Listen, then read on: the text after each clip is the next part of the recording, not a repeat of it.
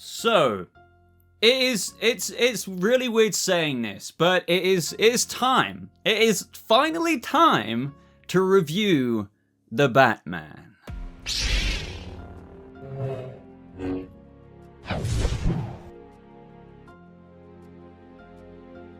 How's it going, Bat family? Thank you so much for clicking on today's video, and to any newcomers out there, welcome to, which is crazy to say, my review for the Batman. I was lucky enough, thanks to Warner Brothers UK, for inviting me on February 24th. I went up to London to see it, and this is my no spoilers review. So my spoiler review will be coming out, but obviously, like, this is the day the embargo lifts. I'm not gonna come out with a freaking spoiler review when a lot of you haven't even had the chance to see it. But this video is gonna, if you're brand new here on the channel, you know, the name's BobaTalks. I tend to talk a lot, so this no spoilers review, I do want to reassure you guys, won't contain any spoilers. I know a lot of people are even touchy on no spoiler reviews, but I like to say that I take some pride with my no spoiler reviews being genuinely nothing but no spoilers and a passionate and just somewhat intrinsic takeaway from the experience. Even for a spoiler-free review, the reason why this is going to be so long is because not only do I have a lot to say, but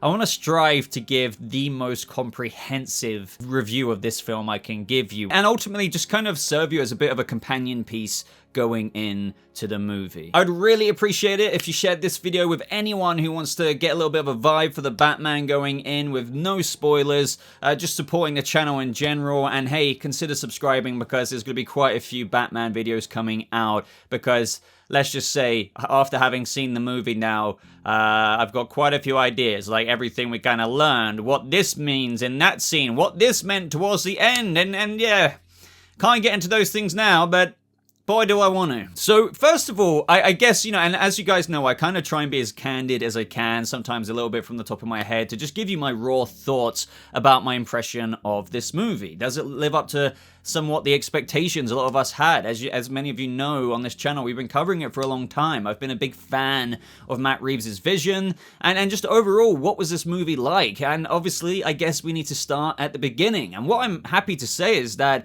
even from the first 5 minutes of the movie, it somewhat really lays at your feet precisely where this Batman is at 2 years in. The first several minutes, I'll say, just really instantly give you the presence of the character and world that Reeves has created, accompanied by this gorgeous soundtrack that sets the tone of the movie, just firmly placing you in this point of view perspective with the rabbit hole that Bruce Wayne has gone down. From prowling the streets every night for 2 years like a nocturnal animal to right back into the Batcave and working and rinse and repeat. But here's the thing, you're also very much so acquainted with the Riddler. And right off the bat here, no pun intended, guys, he is absolutely terrific. Now, I will get into the other characters more specifically later. However, since we're on this, I have to say that Paul Dano's take on the Riddler in Matt Reeves' iteration of the character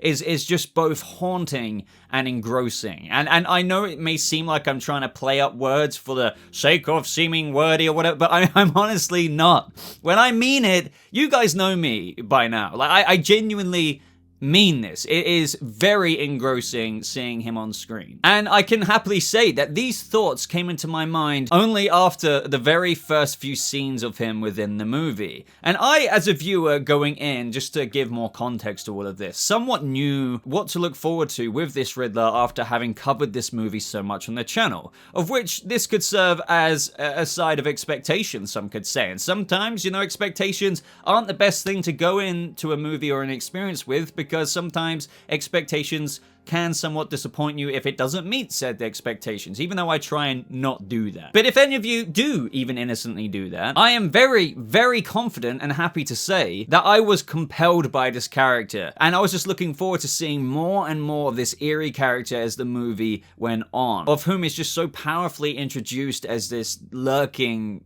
menace of mystery, you could say. So what I can say about the very beginning here is that everything is so delicately teed up at the beginning of the movie to set up this thrilling mystery, and I know some other spoiler-free reviews will even get into like what actually happened, even though you're probably not supposed to do that, or what kind of track was playing. I don't even want to do that. I want to save that for your experience going in, but just know that, you know, the track of choice, everything that was going on in this beginning bit was just like...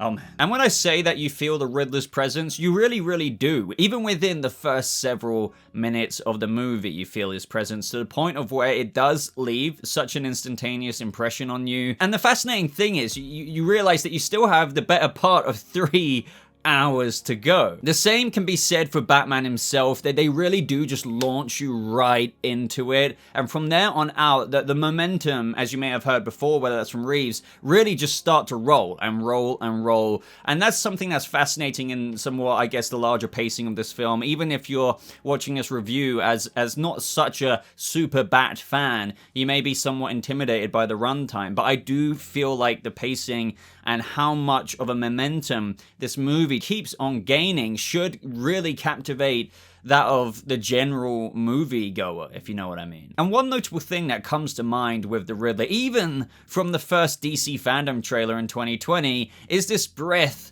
this Riddler does throughout the movie. Even somewhat in that first scene I want to tease that you have with him. It's just really chilling, and it sticks with you. And I'm not the kind of guy, by the way, I'm quite desensitized from scary things or horror movies, and that's not really the vibe I'm trying to get across. It's more the presence of this character, especially of what they're trying to go for with the Zodiac Killer inspired Riddler in this iteration. Even though he is inspired, I guess, visually and in some cues to the character by the Zodiac Killer, he is also both incredibly accurate to the character in every single way you would want the Riddler to be. The very first scene with the Riddler, and many more after that, I do believe that they're not going to be something anyone forgets anytime soon. And with this kind of presence he has, even as Reeves says himself, the Riddler is omnipresent, but almost as a ghost. And honestly, I can almost hear right now the echoes of this somewhat mummified escape of air that leaves the Riddler's mouth. To look back on Batman movies and their villains, it's so easy for me to say that the Riddler will be seen as one of the most gripping and compelling live-action Batman villains we've ever seen enter a Batman film. And honestly, I do not say that lightly either. Bottom line here, guys, just with regards to the Riddler, Paul Dano has left his mark on the Batman franchise, and I really, really mean that. I can't wait for you to see what's in store with that character in this movie. Now, as much as this Batman movie is a noir point-of-view detective story, there is also, of course, what you would expect in a Batman movie anyway, from action in there, adventure, given Selina's inclusion, sprinkles of romance. But there is really something that I want to tackle first and foremost, and that is the dab of horror and thriller in there that is consistently woven throughout the runtime and just fits so incredibly well.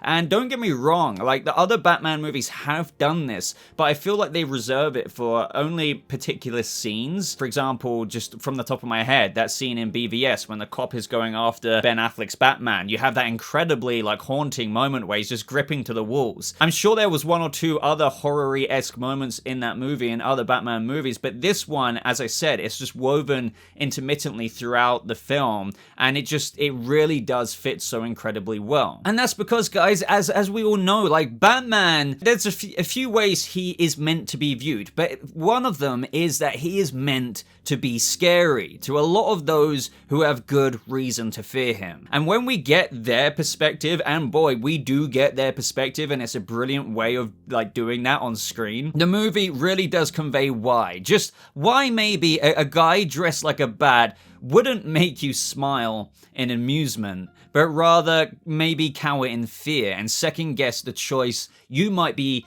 about to make as a criminal. The fascinating thing I feel about that is, as we do, you know, anyway, go to the movies to suspend our disbelief. We're meant to, like, believe that, I guess, he's meant to be scary, but sometimes it's even hard to do that, even in a Batman movie. But to pull this off successfully on camera, and to make you really, really believe that Robert Pattinson is the Batman in certain scenes, I would say it is kind of a hard feat to achieve. But within, again, this is still the beginning portion, the first 10 minutes of the movie, you will know exactly what I mean. And again, I really do want to heavily praise and emphasize the way they gave that perspective, and this somewhat status quo right now in Gotham City with the bat signal in the sky, various villains out there. It really does put you in the mind of the criminal element and already this mythic figure of Batman. So this tone of thriller and horror can honestly be translated on to so many different things in the Batman movie, and that is Batman himself, obviously, which is innately a part of his character to not only be this symbol of fear to the criminal element, but even then to the animalistic Batmobile that has, as many of you may know, or maybe if you're brand new here and you don't really know much about this movie at all, has also been a horror influence presence, particularly as Reeves has mentioned, like Stephen King's Christine, in that story you quite literally have a possessed car, and that is really translated on to Robert Pattinson's Batmobile. And, you know, having seen it in person as well the day before going to see the movie, yeah, this is a beast. And damn, guys, I think it's kind of obvious. I am in love with this Batmobile, and just something in the presence of it anyway that I could put to you is like somewhat, I guess, there's a lot of subjectivity with everything, obviously. And to some people, they might think a Batmobile really does need to be like a tank, maybe that of Nolan's, or even if not that aesthetic design, maybe something more like the Arkham Knight video game Batmobile. And this one, really? Just a car? I don't know if I vibe with what Reeves is doing there, some may be thinking, but that's something more to the achievement of what they've managed to do in this film. This Batman, and as with many things in this movie, is meant to be as though Bruce made it himself, because he quite literally did. But that, as a result, is more of an accomplishment to me with how fearsome they make the presence of this Batmobile, as well as Batman himself, be felt. Like, this is a muscle car put up against maybe that of Arkham Knight's Batmobile. Is it really as intense? Yes, it is. It is. Wow. If you're a Batman fan, even if you're unsure about that design going in, I guarantee you'll probably, very highly likely, fall in love with this. Not only is it intimidating, it is fierce as if it is growling, let alone from me just now having seen it in those action sequences. Even after being a fan of everything Batman, this one just feels right. It feels dangerous. Now, as far as story, oh man, where do I begin? Where do I begin? I mean, obviously, we can get into the mystery and action of it all without saying too much, of course. Don't worry there, honestly, do not worry. But first of all, I just have to get into one of the heavy focuses, one of the crucial aspects that makes up the DNA of this movie, and that is the detective, and most importantly, the way that Reeves portrays his Batman, because that's what we're all here for, right? The Batman. And honestly, to me, as per the movie title, this movie is, as is slated, the Batman, and that should say a lot. So the Batman in story and in its fabric is, I would say, first and foremost, or at least fundamentally, a detective story through and through. Yet the fascinating thing is that just as tightly woven, and what echoes from this, is somewhat a few things. And that is through being launched into this plot that offers this public crucible for Batman that is embodied through the state of what Gotham has sunken to over the many years. This movie in many ways also serves as somewhat this character study on Batman himself in the formative years, that is, which is arguably what makes me so, or makes this movie so alluring and intriguing to me, as it surrounds the makeup of what and who is Bruce Wayne and Batman. And to kind of shortcut a couple of things here to try and make this point concise enough, is that through the movie simultaneously exploring these different angles of this mythos, as a huge Batman fan, I really do feel like it really does justice in a way that I only hoped for going in. And it delivers on all of these multifaceted angles that Matt Reeves himself has articulated from all of the descriptions he's given during production or DC Fandom, where he spoke for a long time. I do want to say, I don't want to overhype, because there's always a danger of, oh, Boba, you overhyped it too much, even though I don't know if that's possible with this movie, if you've been watching my videos for a while. But like, obviously, if you've been keeping an ear to the ground, I do feel like it will deliver for you. To give another impression of this somewhat story that I guess would be a bit quick to follow, and you may have heard these comparisons with the various trailers and somewhat what we knew going in, is that the Batman really does give off vibes of that of Seven. And I don't mean like, oh, this movie's Seven, oh, like this is, no, like just genuinely in essence, if you've seen Seven, with the way that movie follows a serial killer, leaving various clues behind, it's just like that broad outline that is painted with what is going on with the Riddler. And I say this very strictly in terms of Batman and Gordon being like Brad Pitt and, Morgan Freeman, one step behind this mysterious serial killer, trying to figure out what this bigger game is here. And even as Batman says in the trailer, like it or not, this is Riddler's game now. And beneath it all, and don't worry, I'm only saying what has been put out there by Reeves, the director himself, like in rough premise. Beneath it all is this larger history of corruption in Gotham,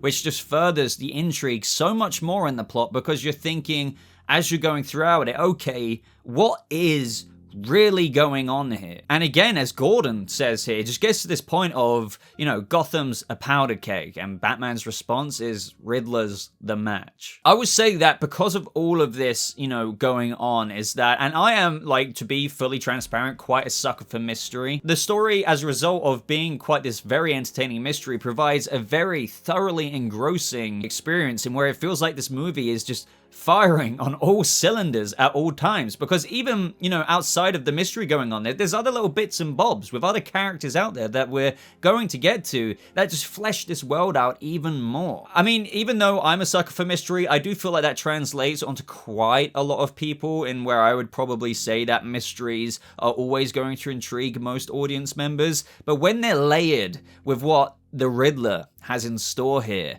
I would be really hard-pressed to believe anyone who would say that the movie didn't have practically their full attention for the entire runtime. And that is quite a bold thing to say, considering this is a 2-hour, 55-minute movie. Even the score, playing in this whole detective noir aspect that we're on right now, between the scenes when they're investigating, that kind of has that playful noir sprinkle to it. And I'm not talking like the whole movie is literal. I mean, maybe you've even heard the soundtrack now, because by the time I'm filming this, it's released, but it's not literal, like, piano all the time, scene to scene, but you will notice it when it's there. And Giacchino's track really complements the movie and each scene so well. Whether that's just, in moments between the back and forth with Gordon and Batman, the figuring out of this, that, and the other, or here and there of what's going on, it's just all fantastic. There are also just definitely some Sherlock Holmes-like discovery moments for Batman, with Gordon truly being his Watson, like having his back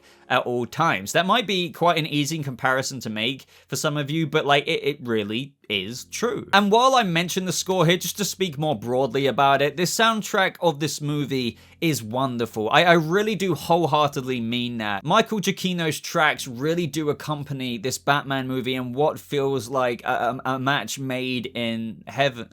I mean Gotham, really. And I could review Michael Giacchino's soundtrack and how awesome it is for hours and hours, with how it just fits so well with the chilling symbol of fear to the criminal element, whilst also embodying the themes of hope that Batman has to the citizens of Gotham. To even then the moments that are action-packed, with bursts of the trumpets going, dun, dun, dun, it's just like, oh my God. And in many ways, guys, it really does remind me, to be honest with you, like of a Batman the Animated Series, but adapted to live action take. To sum it up in essence here, one thing that I saw a little while back now is that when the Batman Fall theme released, I believe I saw a clip in where it was edited into the ending scene of Mask of the Phantasm. But the fascinating thing to me that I'm trying to articulate here is that it was though it was the original score behind that final moment in the Batcave where Bruce finds that necklace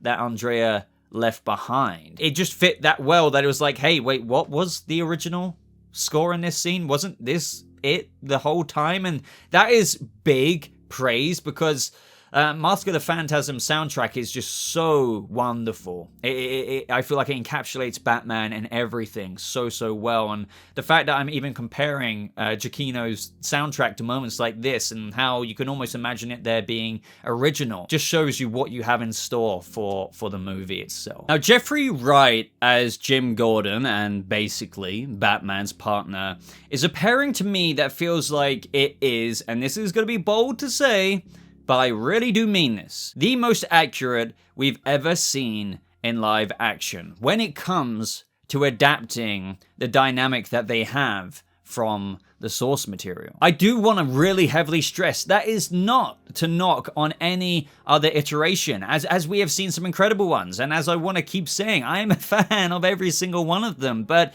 when specifically reviewing the Batman and its characters and cast and everything and the way they're portrayed and how I have to evaluate that through the source material and what Reeves is trying to adapt here, it is quite literally the most accurate. And I speak purely about what is captured here. With Jim, as Jeffrey Wright has explained himself, not being commissioner means he's a bit more in the mud, in the thick of it, you could say. Right there, at all times, investigating with Batman. I'm also speaking particularly about how both of them are at the infancy of their long spanning time together, and the movie portrays that just oh so well. Their relationship, from all the moments from when Jim turns on the bat signal to get Batman's attention, and the way that they unravel this case together just personifies Gordon and Batman right out of a comic panel. And I know I keep repeating myself here, but I just think it's because I'm concerned some people might not believe me, or they're like, oh no, nothing's gonna beat this other iteration, but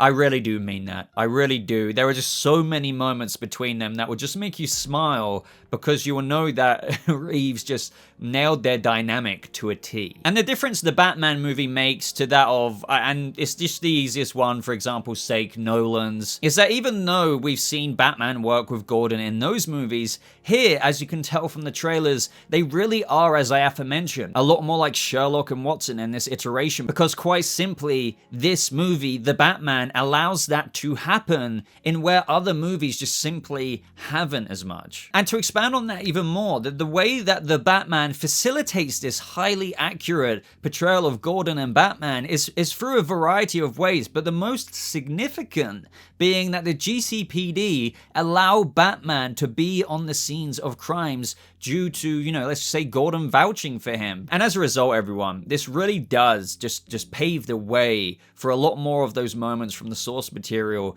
in where we really get to see a lot more of the working relationship between Batman and Jim Gordon, which is why I heavily emphasize as to how it just really hasn't been done, underline, to this extent in a Batman movie before. Like, it has been touched on, but not to this extent. And even after saying this, everyone, after seeing the movie now, knowing that, having just seen that, it just makes me so happy again. And it's just another one of those reasons as to how I keep maintaining and will likely to heavily echo throughout this review, in that there's this true care that is provided with all of the Batman lore in this movie, in how Reeves has just found a way to not really neglect any crucial part of what it means to translate Batman to the screen, whilst also trying to be as faithful to the comic books as he could possibly be. At this point, Gordon has been working with Batman for 2 years, yet the trust is still being formed. Just as with everything in this movie, this is not only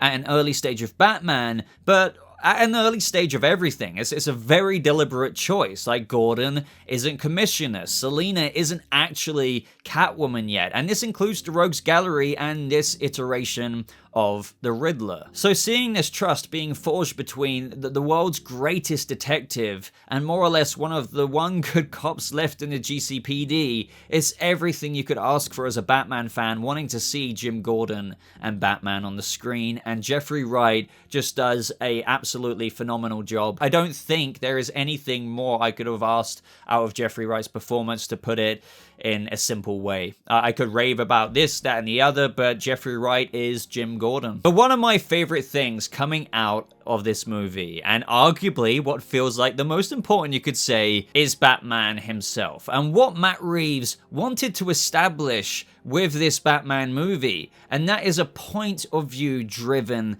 Batman story, and my god, do we get that. This is a Batman movie, of course, so you would expect to see him quite a bit, but in other Batman movies, I don't think we've ever seen him as present in this, and I mean that quite literally. I believe Robert Pattinson is almost in every scene in this movie, and that will probably make a lot of you happy in terms of telling a Batman point of view driven story. And I'll say that, interestingly, even to the extent of where the character of Bruce Wayne, and yes, I know Bruce Wayne and Batman are the same, but especially with where he's at this stage, the specific version of him that is Bruce Wayne is barely present. And what feels to be 3/4 of the time, you'll see Pattinson suited up as Batman, or over 3/4. And if he's not in the suit, it's more likely he's in between getting in the suit, if you know what I mean, in his drifter attire. And the ball is just rolling so much in this film, as I keep saying. There isn't a moment where that momentum is lost. There is no time to lose with the Riddler. But that's not the only reason, or those aren't the only reasons as to why you'll see Batman suited up most of the time, and just why there's actually a lot less Bruce Wayne. We can't forget, but again, I do want to acknowledge that there may be some people, and I'll be impressed if they've got this far and they're not familiar with the Batman, but if you're not aware, even if you are aware, that Batman in The Batman is in a state of where he works in constant overtime. And don't get me wrong, Batman is practically kind of like that in most depictions, but what this take does is that it really peels back those layers to the foundation and gets into why he's so down in deep due to where the character is at, with him being all invested in Batman, with the foundation of drive being there, yet not necessarily with the years upon years of experience that could provide him with some semblance of Batman balance. Right, we're one camera battery down and we're opening things to keep my mouth from going dry from talking too much. So in this iteration, due to it being year 2, Bruce is still trying to figure out how to be Batman. And as Bruce has said in release teasers, just to give you a step into the mind of what is going on, if I can't have an effect, then I don't care what happens to me. So with that in mind, as you can see, to this Bruce Wayne in Batman Year 2, that the time of what Reeves has chosen to dive into, to him, Bruce Wayne doesn't have an effect in Gotham, only Batman does or can. And I always say that Reeves just does a fantastic job into getting us into the mind of Bruce Wayne, or should I say more so Batman at this point. As you may have heard from the many tidbits in the past couple of years, is that not only is he still trying to figure this out, the Gotham project, The Batman, albeit 2 years in, is still really imperfect, but in all the ways that make it such a fascinating thing to watch unfold. It's flawed. Bruce himself is pretty flawed, all while having such conviction in his criminological experiment. And I think overall, like, all of this just comes under this one umbrella so well, with all of these aspects combining together as if they're several rivers meeting the sea of what speaks to this larger perspective and point of view driven story of Bruce Wayne and Batman that Matt Reeves is telling here through this movie. With a plot that involves Edward Nashton, the Riddler, causing all of these murders that start to happen right at the get-go of the movie, that also just begin to describe this larger history of corruption in Gotham that goes much deeper than anyone has realized. It just serves for such an interesting story, and because of that, it pushes Batman into situations that both threaten to pull the city apart, but also himself. Because it's really important to realize he hasn't come up against anyone quite like the Riddler before, presenting such a layered mystery. I mean, think about it for a second. This quite literally makes up a 2-hour, 55-minute story of seeing Batman having to deal with something unprecedented to him since he started the Gotham Project. This isn't just him scouting the streets in drifter mode every night, as he does, like waiting for something to happen, always watching, ready to strike. This is, as I've already aforementioned, the snowball gaining momentum that seemingly to him, he might not be able to stop. And so for a Batman of this particular type, with how raw he really is at this stage of the career, it's just what I want to call entertainment dynamite. To further expand on this, with what Matt Reeves has said all the way back at DC Fandom 2020 when talking about the movie, without it being an origin tale for Batman, these murders and what they begin to describe about the corruption touch on Bruce and Batman's origins. So again, not only is he just not really dealing with the typical threat of that of a thug, which he's more than capable to do, it also makes things incredibly personal, which just allows for such an intriguing layer to this already, as I've already described, intriguing story, with incredible performances on display from each and every cast member. And overall, with just these streams or rivers, as I like to call them, connecting together side by side at every moment in the movie, they really do help us understand Bruce Wayne and Batman with the way the cogs just turn in his head in every single way I could have ever asked for out of a Batman adaptation. And I know at this point it is just such heavy praise, but this is why I went in to describe it as not only this detective story, but also somewhat of a character study on a Batman at this point in his vigilante career. Like, if they're doing that, and they have done that, and they've done it well, as a result, it is more than what I could have asked for out of understanding the psychology of a Batman in his infancy. And this is also just aided by things that I feel like only really heavily bring out that point of view driven story even more,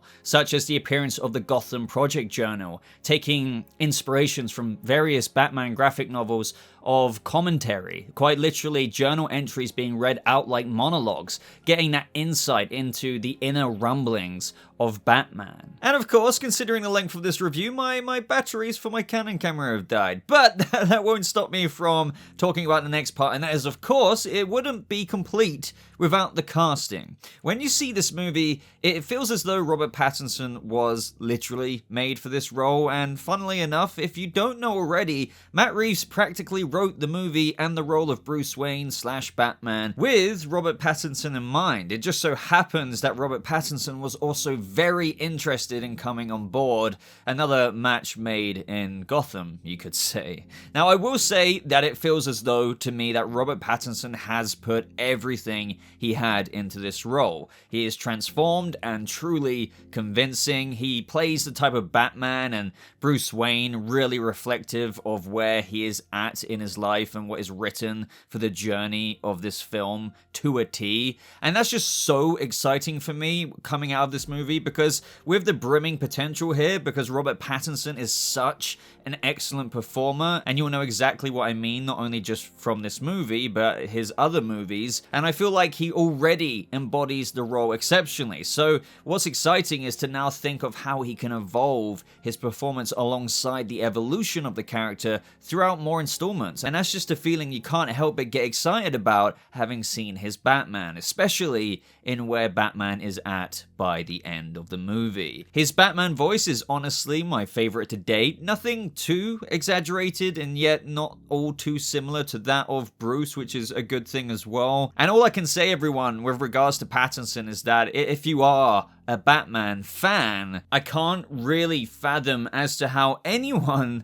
could be disappointed with his performance walking out of the movie, and that really should say everything. So with this more potent, you could say, Batman movie compared to other iterations, what fresh feel does that give us? Well, I'll say that the story unravels in not necessarily the way we have seen it played before, in that the detective really does come out as a core focus, as I was mentioning earlier. The thing is, by now, I know you all know that, but I can't quite emphasize enough how well it's done and how refreshing it is to see Bruce do something more than just in other movies, perhaps test a bullet to see how it fires, to see if the shell and the casing or the bullet is the right one. Now again, I'm not trying to pretend like that's the only thing Batman has ever done that appeals to his detective, world's greatest detective side in other iterations. Of course not, but the important point that I'm really trying to make here is that comparing those moments from other movies to what detective work is done in this movie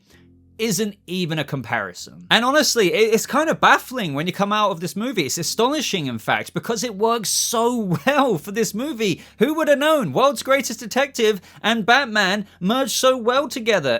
Because maybe that's who the character is and just hasn't always, or really hasn't been capitalized upon in other iterations as much as it is done here, in that it just, as a result, makes Batman all the more interesting for it. And as a result, to just kind of reiterate what I said earlier, it's the point and the fundamental point I'll be echoing throughout this review. As I said earlier, it feels to me at least Matt Reeves really has welded all of these fundamental aspects of the character that is Batman and what makes up Batman to what I would call is the most definitive Batman we've seen portrayed on screen. Specifically though, again, underlining for where he's at in his vigilante career. And the reason why I wanted to specify that is because definitive is still basically, I guess you could say, a subjective term for a lot of people. For some, a Dark Knight Returns-esque Batman may be definitive, or a Batman who is at the time of just getting his first Robin is,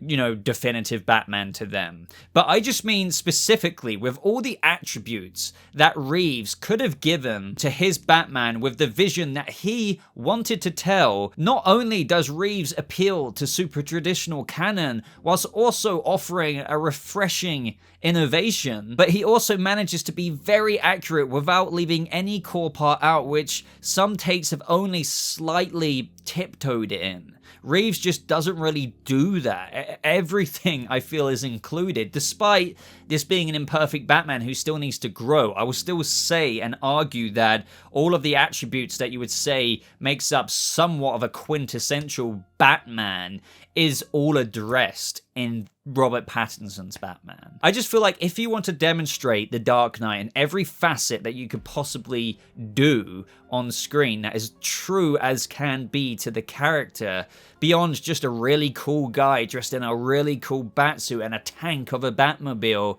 interrogating some thug, you need to trickle in a story in where Batman is pushed to his core, utilizing his intelligence, his relentlessness to stop at nothing to achieve his goal, his ability to endure what is thrown at him, while also throwing problems at him that can pierce the armor of the Batsuit more so than any weapon can. And that is something that is so riveting about this movie, just even that last line I just said there, because Batman is quite literally bulletproof in a way that I don't think we've actually seen this level of bulletproof before. But this time, despite that, it's kind of fascinating because you feel how what he's come up against, and it's really not to be taken lightly, all of it makes him more vulnerable than he has felt for as long as he can remember. And it's something that even armor can't protect him from. And this is not to mention as well how this plot manages to just interconnect all of these larger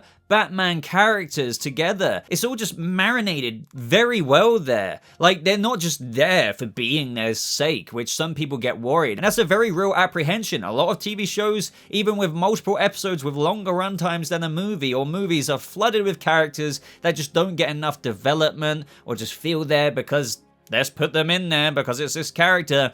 The Batman manages to cater to each and every cast member. They are there, they are relevant, and I would say crucial to birthing this Batverse that is Gotham at its infancy stage. And I say that because we're only gonna, get another movie and then another movie and also these HBO Max spin-off shows. And this is like Oz Cobblepot, Carmine Falcone, and yes, it's pronounced Falcone, not Falcone in this movie, to Selena Kyle. They're not just shoved in there with little development. Everything is indeed connected and really fleshed out as organically as you would want it to be, which I'm very, very happy about because there were a few large Batman characters in this. But speaking of vulnerable, before we get into like people like Penguin and Falcone, let's talk about Selena Kyle. I have to say, and this may sound premature to some, but I've seen the movie and to me, subjectively, and also with what Matt Reeves has accurately done here and Zoe Kravitz, she may very well be my favorite Catwoman, which is ironic to say because she hasn't technically created the title of Catwoman. She's not known as Catwoman. She is Selina. And what I mean by that, by the way, for those of you who don't know the setting of this movie, it is briefly what I mentioned before. Like, for all intents and purposes, Selena Kyle is Catwoman. She can crack safes. She will casually backflip down the frickin' stairwell of her apartment instead of using the steps. She can fight like Catwoman. Yet just like the Riddler, who isn't dressed up in a bright green suit with question marks over it and a question mark cane, as Reeves has said, the characters are kind of, not quite at the point of the mythic characters they will quite yet become. But that's not to be concerned with how, does that mean it's gonna be like a Fox's Gotham where they're like not nearly where they, no. Like, clearly, Robert Pattinson is Batman. Oz is most certainly Penguin. Falcone is Falcone. Like, they're there, but they're not quite like 10 years down the line, Riddler, where you've put him in Arkham again and again, or like, you know what I'm trying to say. Selena in this movie, she's more in a motorcycle getup, you could say, with a foreshadowing Cat Is-esque balaclava. But please, don't think that means you won't be getting a true representation of Selena Kyle in this movie. Because Zoe Kravitz, in my opinion, is just a sterling casting. And I honestly, when I first saw her cast, because as I said, we've been reporting on this movie on the channel since she was cast, I was like, I haven't seen her in anything before, but she looks like a decent casting, at least visually, as Selena. I am absolutely over the moon to say she is a sterling casting as this character of Selena. And that's just not only through the way she's written, to her interactions and dynamic with Batman in the movie. It's just an intrinsically faithful portrayal of the character. Now, without saying too much here, and I've got this in my bullet points, I obviously can't get into spoilers here, so it's difficult to talk about the characters too much, but they managed to really cover every area of who Batman and Catwoman are to each other. And if you know that usually at the foundation of their relationship, you could say, in the comics, it's just a very complex and layered thing. And Selena is crucial to this film. She is very important for Bruce and Batman's growth, for this imperfect thing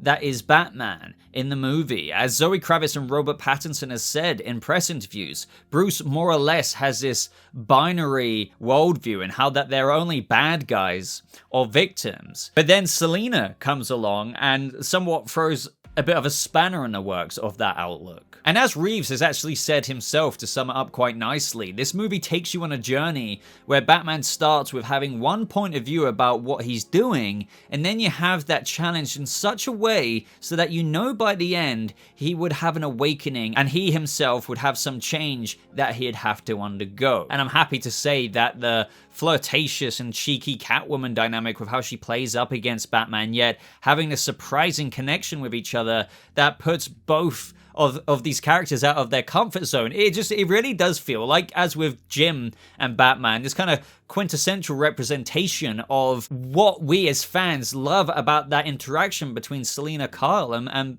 Batman, or Catwoman and Batman. There are certainly these moments in the movie that between them hit hard, and it's to do with their connection. There's this somewhat protectiveness over each other that really adds for some, as described by Pattinson as well, romantic moments in certain scenes. In those particular slithers of moments as well, it really does give you a vision of what's to come with them in future movies. It's like, damn, I like had a premonition. Like, even though I've absorbed all of this content from this movie, I just can see how these two work so well together and can see where it can go in future installments. And honestly, I believe that this will be a major win of any fans of these characters, or Batcat in particular. I would be, again, mind blown that if you're quite a Batcat fan and you just don't like how they're written and portrayed, I'll just be like, what? And to be honest here, this is the same kind of sentiment I'm going to copy and paste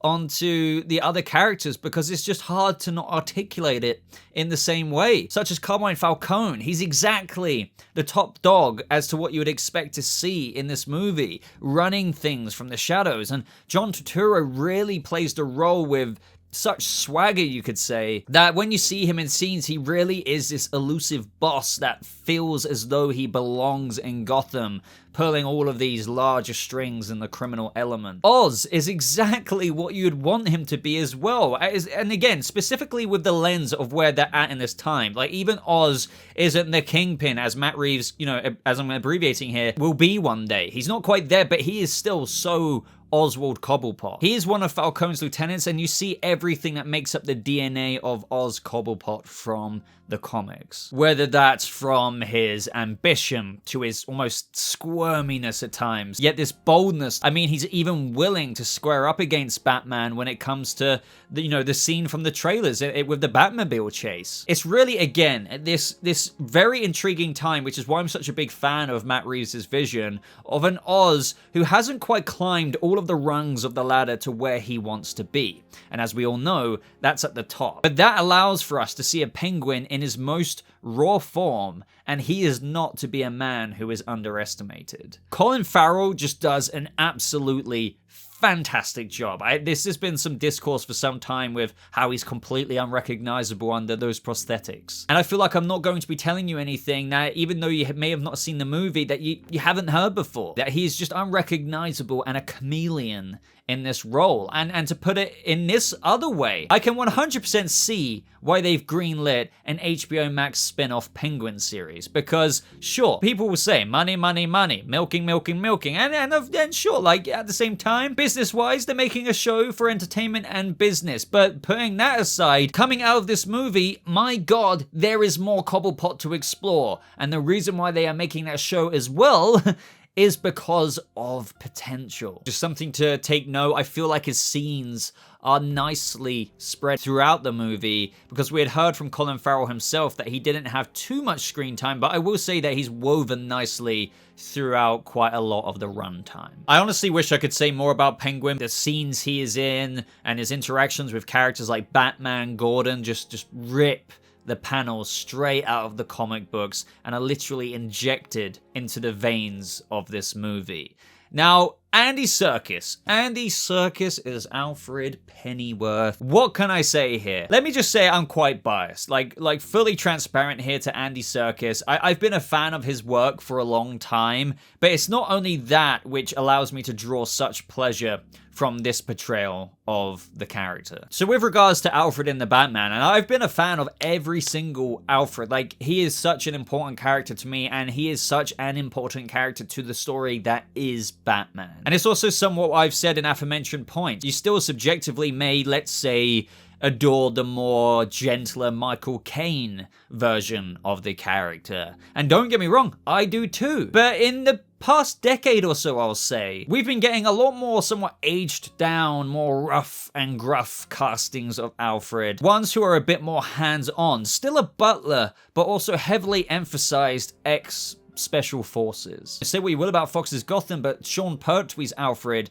was an astonishing Alfred in the ways that I've just described. Alfred here is that type of Alfred, except, as with what Andy Serkis has said himself, a bit somewhat desensitized from the war, not having been so equipped maybe to raise Bruce Wayne. Not that he obviously didn't or doesn't care about Bruce, but again, it's not perhaps if you're expecting this very endearing Michael Caine Alfred approach. This one is more icy with the relationship between that of Alfred and Bruce that you may have heard coming out of various interviews. And that's not just because of Alfred either, as we know, because of Bruce being so absorbed in this mission, he's pulled away. It just adds for such a refreshing take between the dynamic of Bruce, Wayne, and Alfred, of which was actually one of my most anticipated things to see play out in the Batman. Alfred isn't in the movie as much as I'd probably like him to be, but that's also just not a bad thing. It just means, oh my god, I wish we could see more. And because he's not in the movie as much, within the confines of the story and what you see on screen, despite it being almost 3 hours long, the stage and the setting of where the characters are at in the story, his screen time and his inclusion in various scenes makes sense. But also, to look at it in another sense, this means that those moments we get with Alfred are really engaging. Without saying too much and only echoing what Andy Serkis has said himself, we see moments where he helps Bruce with his own special forces skills on the Riddler case, and seeing them two work together that way is fantastic. And just overall, the exploration of this connection between Bruce and Alfred in the Batman, and also just in of itself, this journey of reconnecting, because at this point, as we've already been over, Bruce has somewhat estranged himself from Alfred because of his just conviction in Batman. There's still a heavy undertone of sentimentality there that when it finally addresses those moments, it packs that punch. Overall, as in every Batman movie, Alfred still plays a very crucial role in the Batman, especially in a couple of particular moments that are fundamental to certain revelations in the plot. He also just helps Bruce's growth, akin to what I was discussing earlier with Reeves' comments in how he wanted a Batman that was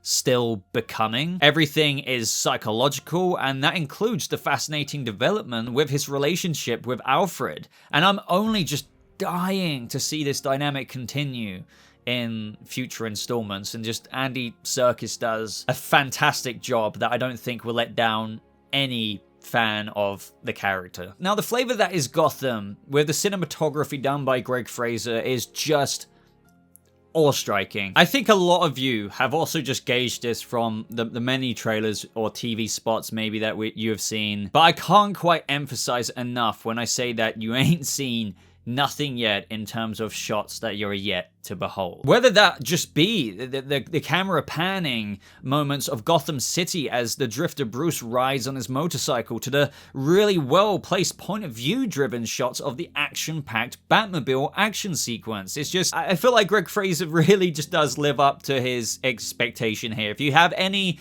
kind of expectation going in with him, it's just like, yeah, this is why this looks like this. Visually, guys, honestly, to put it simply, the film is stunning. I don't know how much more to articulate this because it really does speak for itself, and I'm just so looking forward to all of you to see how they manage to tell the story in such a visually pleasing way. One of my favorite qualities of this is just how a lot of the time they have the camera follow the characters, speaking to that of the point of view driven feel of following Batman's journey. You know exactly what they're going for when they do it. It's meant to feel really personal, and not only from a story perspective, but the way the camera reinforces that and complements it just marks up the movie in quality more than just probably what you're expecting there. Now, the action in this movie, I honestly feel like, to me, after a first watch, and I do want to be heavily transparent here, I do feel like to judge something like this properly, I want to see it again.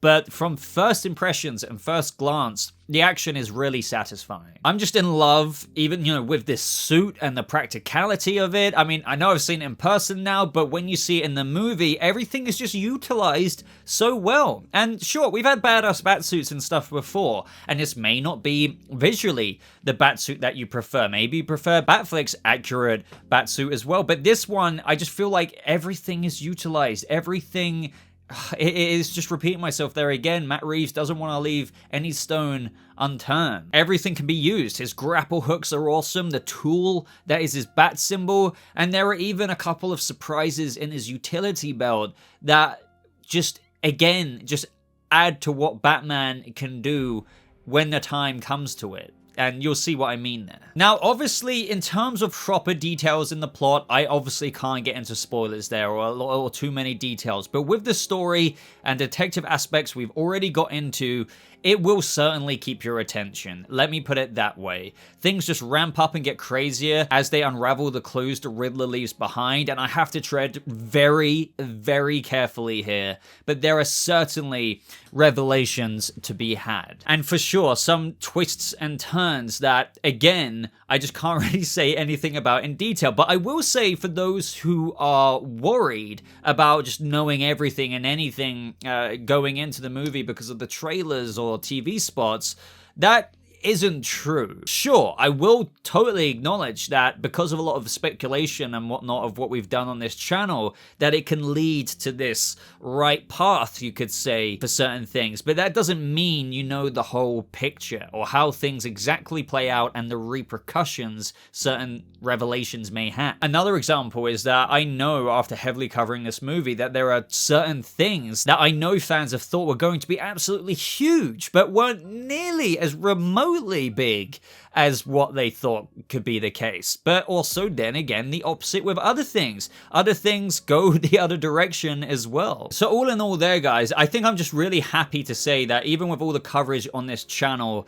that there was some unexpected moments for sure that were really pleasantly surprising. Now, in terms of criticisms and stuff like that, I feel like I have to lean more into this in my spoiler review, because there are certainly moments that I would be lying if I didn't say that relied on a bit of convenience, or some moments that came across like there's some plot contrivance there. But I do want to heavily say that doesn't mean it's littered with that. It doesn't mean that. Also, the most important thing is with things like that, which is in practically a lot of productions and writing these days. Depends on the consistency or how much of it there is. And in this movie, I have to say, at least from my first viewing, just to be transparent again, that at first glance aren't enough to distract me from everything else that is awe-striking about this movie. To me, at least, at first viewing, and I will be seeing this again in the next week, as a lot of you will be, to just really help solidify firm thoughts out there for my spoiler review, that there wasn't any massive gaping hole in the plot. Just some moments that came across contrived here and there, but nothing that leaves this massive stain. And as per what Robert Pattinson said, because again, I have to tread quite lightly here, with regards to the ending, there is somewhat of a tease of what's to come. He said that in an interview, so that's why I'm saying that here. And that is indeed, oh man, I will say that yes, there is certainly big teases for certain things if you know what to look for. Nothing is, I would say, spelled out. So maybe if you're such a very general fan, you might not know a certain few things, but even then I'd be hard pressed to believe with certain things at the end if you just didn't know what certain things meant. Sorry, I'm just trying so hard to not give away certain things. But again, just to reiterate here, if you're a fan who knows even a modicum of something about Batman lore and characters, you'll know it when you see it. And that also, guys, there was a moment even quite earlier on in the movie, around a quarter or maybe halfway, just before halfway, where there is certainly Easter eggs in this movie as well. Can't get into them here, obviously. I'll get into them in my spoiler review, but there are certainly theories that you can draw out of certain moments that Reeves definitely intended you to think like, oh crap, did what I just see there mean this? So I looked around me when a certain thing happened. I felt like I was the only one, at least near me, that was like, and this was only like around halfway. I was like, wait, what? Was that, like, what? Did nobody is nobody thinking about that? Like, damn! And also, guys, just to very vaguely speak to the larger aspects of the ending, it really leaves off in a satisfying place that most certainly leaves for that comment of what Reeves has said, that there's always more stories to tell, for sure. And to pertain to what Reeves has said himself again, is, as I said earlier, with how he wanted this movie to take you on a journey in where by the end, he would have an awakening and he himself would have some change that he would undergo. And I would definitely say that this change is only really an organic one and a satisfying one after the trials and tribulations that he's been through in Gotham, so to speak. Just leaving the state of things in Gotham and Batman with only more to look forward to. Like, you will want to see more coming out of this, but it's interesting because, as Reeves said, he didn't want to quite call it Chapter 1, because with Chapter 1, to abbreviate what he said, you expect a Chapter 2 maybe. But this movie, most certainly in of itself, can work as a self-contained one-off type thing. And that's the beauty of it. Like, there will be a continuation, I practically guarantee you of that. There will be a sequel. What we have left off with is somewhat a character in a city that is evolved, but not quite evolved, but is more evolving, thus leaving opportunity for more, albeit if it was indeed a tale in of itself with nothing more, it most certainly can be viewed as a brilliant Batman tale and one-off movie to watch. So overall, guys, in conclusion, I feel like The Batman is truly a compelling and thrilling experience that offers the best and arguably most definitive version of the character we've seen yet portrayed in a Batman movie. Matt Reeves not only manages to reinvent the Dark Knight for the silver screen through a innovative and refreshing take on the iconic figure, but also successfully personifies Batman in ways that no other film before it has quite managed to do. Reeves created a world that is both unique and true to the beating heart of Gotham from the pages of the comic books, with characters that are original and yet are deeply faithful to the source material. And I think that is where I'm going to leave it. Despite me doing a big-ass, giant-ass review, I may have forgot to talk about something, but do not worry. I've still got more videos to come out, like a spoiler review and other bonus videos. My mind and brain synapses are like going wild after seeing this movie, and I know this type of review may be too long for some, but I know I have a core Bat audience there who would have probably just listened to this maybe in a podcast format, or like maybe you did just watch this, I don't know. But I felt like with the community we have in this channel, I needed to get into the layers and details that I did to try and offer as comprehensive as can be non-spoiler review. And I don't know if anyone, I mean maybe they have, has ever done a non-spoiler review this long before. Maybe they have, but Jesus, I just did that. Like, look at this runtime of this video. But either way, guys, The Batman still isn't officially out yet as of when this video releases, so I hope that this served as a good companion piece, as I mentioned at the beginning of the video, for you going into that movie. You've been following me, I'm assuming, for some time on this channel. Maybe if you're new, maybe you haven't. But either way, if you are one of the long-term members and subscribers of this channel, you'll know how much this praise means on this movie, and I hope that you feel the same way, because I really do believe it with every fiber of my being that with what Matt Reeves has created here is an iconic and, what I want to say, definitive Batman story. So I hope you enjoyed this video, guys, to help me out on the channel with all the work that is going to go into editing this video, because as of right now recording it, I haven't even edited it yet. We've got quite a lot of editing to do. I would really appreciate a like. Like, click that thumbs up button. It's right there on your phone, laptop, or PC. Just click it. Click it. I would so deeply appreciate that. If you got this far in the review as well, like, this means a lot to me, and I would love for you to prove it down in the comments below. If drop this hashtag definitive Batman along with whatever maybe you were gonna say. Do consider subscribing if you found yourself brand new here and somehow you've got this far in the review. More videos are indeed to come. Again, my spoiler review, I do not know exactly when I'm going to put it out, but I don't see any point of me just fruitlessly putting it out before most people haven't even seen it. So it will be coming, don't worry about that, on top of bonus videos. Like, this means this, that meant that, what this means coming out of the Batman. All of those videos are to come, so I do encourage you to subscribe, or double check if you think you're subscribed, because my videos just might be getting recommended to you, which doesn't actually guarantee you'll see every single one of them, so it's best to subscribe with notifications on.